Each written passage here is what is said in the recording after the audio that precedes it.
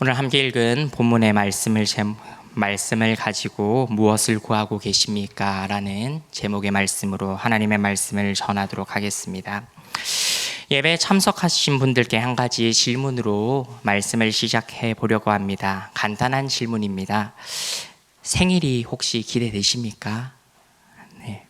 예배에 오늘 함께 참석하고 있는 고등부 친구들은 이번 생일에는 어떤 선물을 받을까? 다른 친구들에게 또한 부모님에게 어떤 선물을 달라고 할까 고민도 해봤을 것입니다. 그러나 조금 나이가 있으신 성도님들은 생일이라고 별다른 일이 있기보다는 조용히 지나가기도 합니다. 네, 저는 어렸을 때 생일이 별로 좋지 않았습니다. 왜 그런가 하면 생일의 날짜에 문제가 조금 있습니다. 그럼 제 생일이 언제인가? 어린이날입니다. 네. 다른 친구들은 어린이날이라고 선물을 받는데 저는 좋아할 수가 없습니다. 마음 한켠 쓸쓸함이 좀 생깁니다. 남들은 선물 2번 받고 저는 선물 1번으로 퉁치게 됩니다. 네, 어린이날 선물, 생일 선물 같이. 그렇다고 또 커지냐? 안 커집니다. 네, 이런 기대를 하는 것이 생일이라고 할 수 있습니다. 이렇게 무엇을 가질 것인가에 대한 질문이 우리 신앙에도 필요함을 생각해 봅니다. 오늘 본문에서 나오는 솔로몬의 이야기를 함께 살펴보면서 지금 나는 하나님께 무엇을 구하고 있는지 다시 살펴보며 은혜 받는 귀한 시간이 되기를 소망합니다. 함께 읽은 역대기서는 이스라엘의 역사를 기록한 성경 중 하나입니다. 열왕기서와 같이 이스라엘의 역사를 서술하고 있으나 차이점이 있습니다. 차이점이 있다면 기록한 시간과 기록 목적이 차이가 있습니다. 먼저 열왕기서는 바벨론 포로기에 쓰여진 책입니다. 그래서 예언자적 관점으로 각 왕의 행적과 이스라엘의 범죄로 인한 심판의 정당성과 이스라엘의 회복을 이야기하고 있는 책이 열왕기서입니다. 열왕기서와는 다르게 오늘 저와 여러분이 읽은 역대기는 포로기 이후에 쓰여진 책입니다. 제사장적 관점에서 하나님의 언약의 말씀이 지금도 포로 이후에 있는 이스라엘 백성들에게도 유효함과 유다 사람들을 위로하기 위하여 쓰여졌습니다. 오늘 본문에는 이스라엘의 3번째 왕 솔로몬이 등장하고 있습니다. 솔로몬이 왕위에 오르면서 가장 먼저 한 일은 하나님께 예배드리는 것이었습니다. 자신의 아버지가 얼마나 하나님을 사랑하는지, 또 하나님은 자신을 사랑하는 자에게 어떤 일을 행하시는 자인지를 솔로몬은 분명하게 들었을 것입니다. 아버지 다윗 왕이 솔로몬에게 유언처럼 한 내용이 열왕기상 2장 3절과 4절에서 나옵니다. 제가 봉독하도록 하겠습니다. 내 하나님 여호와의 명령을 지켜 그 길로 행하여 그 법률과 계명과 율례와 증거를 모세의 율법에 기록된 대로 지키라. 그리하면 내가 무엇을 하든지 어디로 가든지 형통할지라. 여호와께서 내 일에 대하여 말씀하시기를 만일 내 자손들이 그들의 길을 삼가 마음을 다하고 성품을 다하여 진실이 내 앞에서 행하면 이스라엘 왕위에 오를 사람이 내게서 끊어지지 아니하리라 하신 말씀을 확실히 이루게 하시리라. 이 말씀을 통해서 솔로몬은 자신에게 가장 중요한 분이 눈에 보이지는 않지만 오늘도 살아 역사하시는 하나님이심을 분명하게 배웠습니다. 그렇게 솔로몬은 자신이 하나님을 예배해야 함을 알았습니다. 그뿐만이 아니라 자신과 함께 나라를 다스리는 이들과 함께 예배 드리러 나왔습니다. 오늘 함께 읽지는 않았지만 역대하 1장 2절과 3절은 이렇게 말씀하고 있습니다.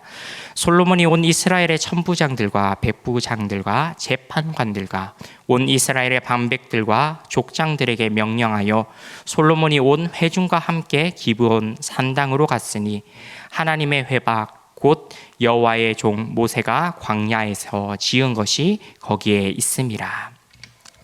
솔로몬이 하나님께 예배드리러 간 곳이 기브온 산당이라고 밝히고 있습니다. 그곳은 모세가 광야에서 하나님의 명령에 순종하여 지은 하나님의 회막이 있던 곳이 기브온 산당입니다. 솔로몬에게는 예배드리러 갈 또 다른 선택지가 한 가지 있었습니다. 바로 언약궤가 있는 장막이 예루살렘에 있었습니다. 이 언약궤는 아버지 다윗 왕이 예루살렘으로 옮기고 왔고, 이 예루살렘의 언약궤가 다시 한번 돌아옴으로 인하여서 기뻐했던 역사가 쓰여져 있습니다. 솔로몬은 하나님께 예배하러 나아가는데 편한 곳인 언약궤가 있는 예루살렘에서 예배드린 곳이 아닙니다.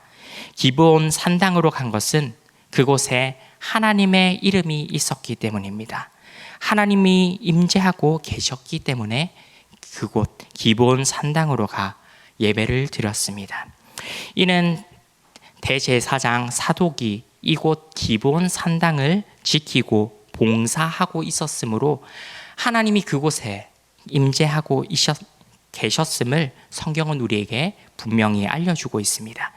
그리고 솔로몬은 하나님께 드리는 이 예배가 개인적인 예배가 아니라 공적인 행사임을 분명하게 확인할 수 있습니다. 예배로 나오러 가는데 왕으로서 혼자 가는 것이 아니라 자신과 같이 이스라엘을 다스리는 천부장, 백부장, 재판관, 방백, 족장 모두 함께 하나님을 예배합니다. 하나님을 예배하는 것으로 역대기는 솔로몬의 행적을 시작하고 있습니다. 솔로몬이 하나님께 드린 것으로 1000번제가 나옵니다. 하루에 한 번씩 총 1000일을 예배드린 것이 아니라 한 번에 1000마리의 희생으로 하나님께 예배드렸음을 오늘 성경은 우리에게 알려주고 있습니다. 이렇게 1000마리의 희생을 드림으로 이스라엘을 대표하여 솔로몬은 하나님께 예배드렸음을 또한 표현하고 있습니다. 그런 그에게 하나님이 나타나 이렇게 말씀하십니다. 7절 말씀을 함께 읽어보도록 하겠습니다. 시작. 그날 밤에 하나님이 솔로몬에게 나타나 그에게 이르시되 내가 내게 무엇을 주랴 너는 구하라 하시니, 하나님이 이 솔로몬의 예배를 기뻐 받으셨음을 우리는 알 수 있습니다. 왕으로서 하나님 앞에 바로 서기 위한 이 어린 왕의 예배를, 그의 자세를 하나님은 기뻐 받으셨고 그에게 물으셨습니다. 솔로몬은 이 한 번의 예배로 엄청난 기회를 잡았습니다. 만군의 여호와 천지를 창조하신 하나님이 직접 그에게 찾아오셔서 무엇이든지 주겠다고 말씀하시는 것을 볼 때 이것은 일생일대의 기회가 분명합니다. 그럼 그가 무엇을 구하고 있습니까? 우리는 정답이 무엇인지 알고 있습니다. 그러나 오늘은 이 정답에 대해서 생각할 것이 아니라 그가 이 정답을 구하기까지 무엇을 생각하고 고민해 봤는지를 함께 생각해 보려고 합니다. 그가 먼저 고민하고 걱정한 것이 무엇일까요? 8절이 우리에게 답을 주고 있습니다. 함께 읽어보도록 하겠습니다. 솔로몬이 하나님께 말하되 주께서 전에 큰 은혜를 내 아버지 다윗에게 베푸시고 내가 그를 대신하여 왕이 되게 하셨사오니. 먼저 그의 고민을 살펴보기 전에 솔로몬이 어떻게 왕이 되었는지를 한번 먼저 살펴보겠습니다. 솔로몬이 현실적으로 왕이 되기는 쉬운 상황이 아니었습니다. 솔로몬은 다윗의 범죄, 밧세바 사건 이후에 태어난 아들입니다. 다윗의 왕권이 아주 굳건히 서 있을 당시에 일어난 범죄였고, 그리고 다윗은 결혼을 다스리면서 많은 결혼을 통해서 많은 아들들이, 다른 왕자들이 있었습니다. 그런 형들을 모두 제치고 솔로몬이 왕이 된다. 그것은 현실적으로 어려움이 있었습니다. 그렇게 어린 솔로몬에게는 왕에 대한 별다른 기대나 생각이 없었을 것입니다. 그렇지만 하나님께서는 다윗 왕 다음으로 솔로몬을 선택하시고 그를 왕으로 세우기 위하여서 일어날 모든 문제들을 열왕기서에서 해결해 주심을 보여주었습니다. 하나님이 어떻게 일하셔서 자신이 왕이 되었는지 솔로몬은 자신의 눈으로 보았습니다. 그에게 하나님께 나아가는 것은 너무나 당연한 일이면서도 자신이 할 수 있는 최고의 방법임을 솔로몬은 자신의 예배를 통해서 드러내고 있었습니다.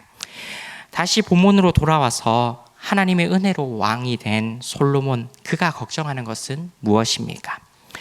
갑자기 된 왕으로 잘 할 수 있을까에 대한 걱정입니다.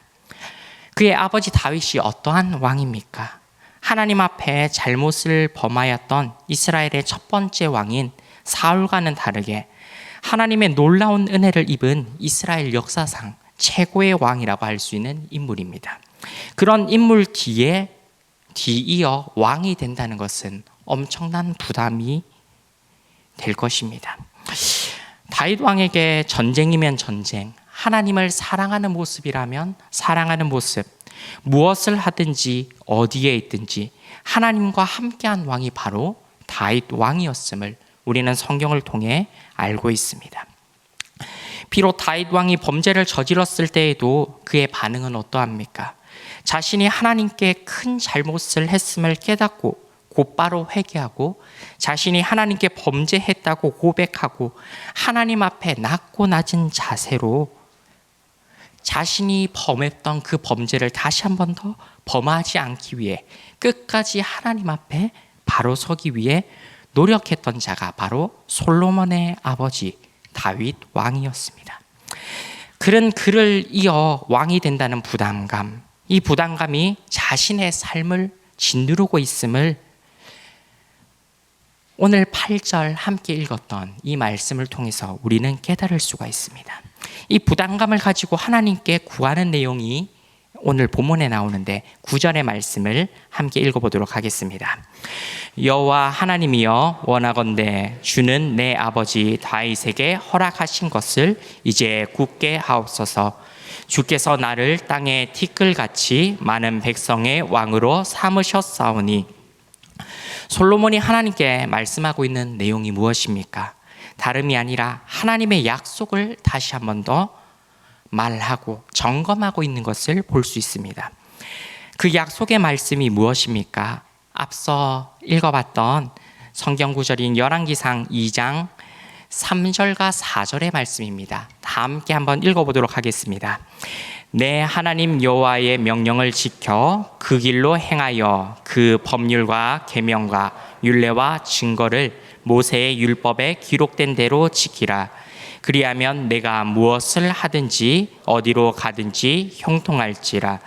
여호와께서 내 일에 대하여 말씀하시기를 만일 내 자손들이 그들의 길을 삼가 마음을 다하고 성품을 다하여 진실이 내 앞에서 행하면 이스라엘 왕위에 오를 사람이 내게서 끊어지지 아니하리라 하신 말씀을 확실히 이루게 하시리라. 아버지 다윗이 자신에게 해줄 하나님의 약속, 하나님 앞에 바로 서기만 하면 이 다윗의 가문에서 왕위를 끝까지 지키시겠다는 하나님의 약속의 말씀을 솔로몬은 하나님께 다시 한 번 더 확인받고 있습니다. 하나님께 자신이 들은 것이 아니라 아버지를 통해서 들은 것이기 때문에 솔로몬은 하나님께 그 말씀이 진짜인지 확인하고 있습니다. 또 솔로몬이 하나님께 약속을 확인하는 것은 자신이 하나님께 이 모든 것을 지키겠다는 자신의 결심이기도 합니다.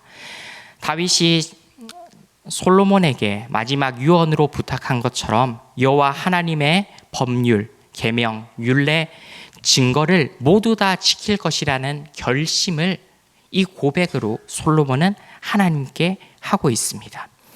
그러면서 솔로몬이 자신이 왕으로서 가진 부담감이 어떠한 것인지 말하고 있습니다. 땅의 티끌같이 많은 백성의 왕, 이 자신의 부담감이라고 솔로몬은 밝힙니다. 자신은 어리고 연약하여 어떠한 것을 해야 할지 모르는데 자신이 왕으로서 다스려야 하는 이 많은 이스라엘 백성들을 보니 솔로몬은 부담감을 느끼고 이 많은 숫자의 이스라엘 백성들을 어떻게 왕으로서 섬길지 어렵다라고 솔로몬은 하나님께 아뢰고 있습니다. 이런 부담감을 가지고 솔로몬이 하나님께 구하는 것이 있습니다. 무엇일까요? 10절의 말씀을 함께 읽어보도록 하겠습니다. 주는 이제 내게 지혜와 지식을 주사 이 백성 앞에서 출입하게 하옵소서. 이렇게 많은 주의 백성을 누가 능히 재판하리까 하니. 솔로몬은 자신이 왕으로서 백성들 앞에 부끄럽지 않기를 소망하고 있음을 10절의 말씀을 통해 볼 수 있습니다. 그것을 위해 자신에게 가장 필요한 것이 무엇인지 솔로몬은 말합니다. 그것은 바로 지혜와 지식을 달라고 하나님께 아뢰고 있습니다. 이 지혜와 지식으로 하나님이 자신에게 맡겨주신 이스라엘 백성을 공의롭고 정의롭게 재판할 것이라 라고 말합니다. 솔로몬이 고민하고 걱정했던 것은 자신이 왕으로서 제대로 할 수 있을까라는 질문의 고민이었습니다. 자기 앞에 놓인 상황 속에서 솔로몬은 무엇이 자신에게 가장 필요한지를 바로 알고 있었고, 그 알고 있는 것을 행동으로 옮겨 하나님께 간구한 지혜로운 사람이었습니다. 주 안에서 사랑하는 성도 여러분, 여러분은 지금 하나님께 무엇을 구하고 있습니까? 내가 하나님께 구하고 있는 것은 오늘 함께 생각해 본 솔로몬과 같이 우리의 상황에서 좋은 것을 구하고 있는 것은 아닙니까? 조금 질문을 바꿔보겠습니다. 내가 하나님께 구하는 것은 누구에게 좋은 것을 구하고 있습니까? 내가 구하고 있는 것은 하나님이 기뻐하실 만한 것입니까? 오늘 함께 예배드리는 분들 중에서도 솔로몬과 같이 지금 겪고 있는 상황이 부담스럽고 걱정스러운 분도 계실 것입니다. 힘든 상황으로 인해 어려움을 겪고 계신 성도님들도 계실 겁니다. 아무리 어렵고 힘든 상황 속에서도 솔로몬이 하나님께 나와 예배한 것처럼 모든 문제를 하나님의 발 앞에 내려놓는 저와 여러분이 되기를 소망합니다. 우리의 삶의 모든 문제는 하나님 앞에서는 아무런 문제가 되지 않습니다. 하나님보다 더 큰 문제는 있을 수 없습니다. 이 세상의 모든 것보다 하나님이 가장 크신 분이기 때문입니다. 하나님 앞에서는 모든 것들이 다 잠잠해집니다. 예수님께서도 힘들어하고 어려운 상황에 있는 연약한 영혼들에게 마태복음 11장 28절에서 30절의 말씀으로 이렇게 말씀하십니다. 수고하고 무거운 짐진 자들아 다 내게로 오라. 내가 너희를 쉬게 하리라. 나는 마음이 온유하고 겸손하니 나의 명예를 메고 내게 배우라. 그리하면 너희 마음이 쉼을 얻으리니 이는 내 명예는 쉽고 내 짐은 가벼움이라 하시니라. 하나님께서는 자기 백성의 어려움을 결코 두고 보지 않으십니다. 그들의 신음과 간구에 귀를 기울이시고 도움을 주시는 분이 바로 하나님이십니다. 그것을 믿는 저와 여러분이 되시기를 소망합니다. 우리는 세상의 멍에를 매는 자가 아니라 예수 그리스도의 멍에를 매는 자가 되어야 합니다. 부활하신 예수 그리스도는 지금도 하나님의 보좌 우편에서 우리를 위하여 중보하고 계십니다. 하나님 안에서 참된 평안과 자유를 누리는 저와 여러분이 되기를 소망합니다. 그리스도인은 이렇게 하나님이 주시는 참된 평안을 누릴 수 있는 존재입니다. 또 우리는 예수 그리스도를 믿음으로 말미암아 새로운 신분으로 거듭났습니다. 이 새롭게 거듭난 그리스도인에 대해 베드로전서 2장 9절은 이렇게 말하고 있습니다. 그러나 너희는 택하신 족속이요 왕 같은 제사장들이요 거룩한 나라요 그의 소유가 된 백성이니 이는 너희를 어두운 데서 불러내어 그의 기이한 빛에 들어가게 하신 이의 아름다운 덕을 선포하게 하려 하심이라. 우리를 부르신 목적이 우리를 부르신 이의 아름다운 덕을 선포하기 위함임을 우리는 기억해야 할 것입니다. 세상의 어둠은 진리의 빛이신 하나님 앞에서는 아무런 힘을 쓰지 못합니다. 우리가 그 빛에 거하고 있음을 언제나 기억하는 저와 여러분들의 삶이 되기를 소망합니다. 오늘 함께 읽은 본문에서 나온 솔로몬은 자신의 어려움에 대해 하나님께 아뢰는 모습을 우리는 함께 생각해 봤습니다. 솔로몬이 하나님의 약속을 의지하며 자신에게 필요한 것을 구한 것처럼 우리도 하나님의 신실하신 약속의 말씀을 의지하는 저와 여러분들의 삶이 되기를 소망합니다.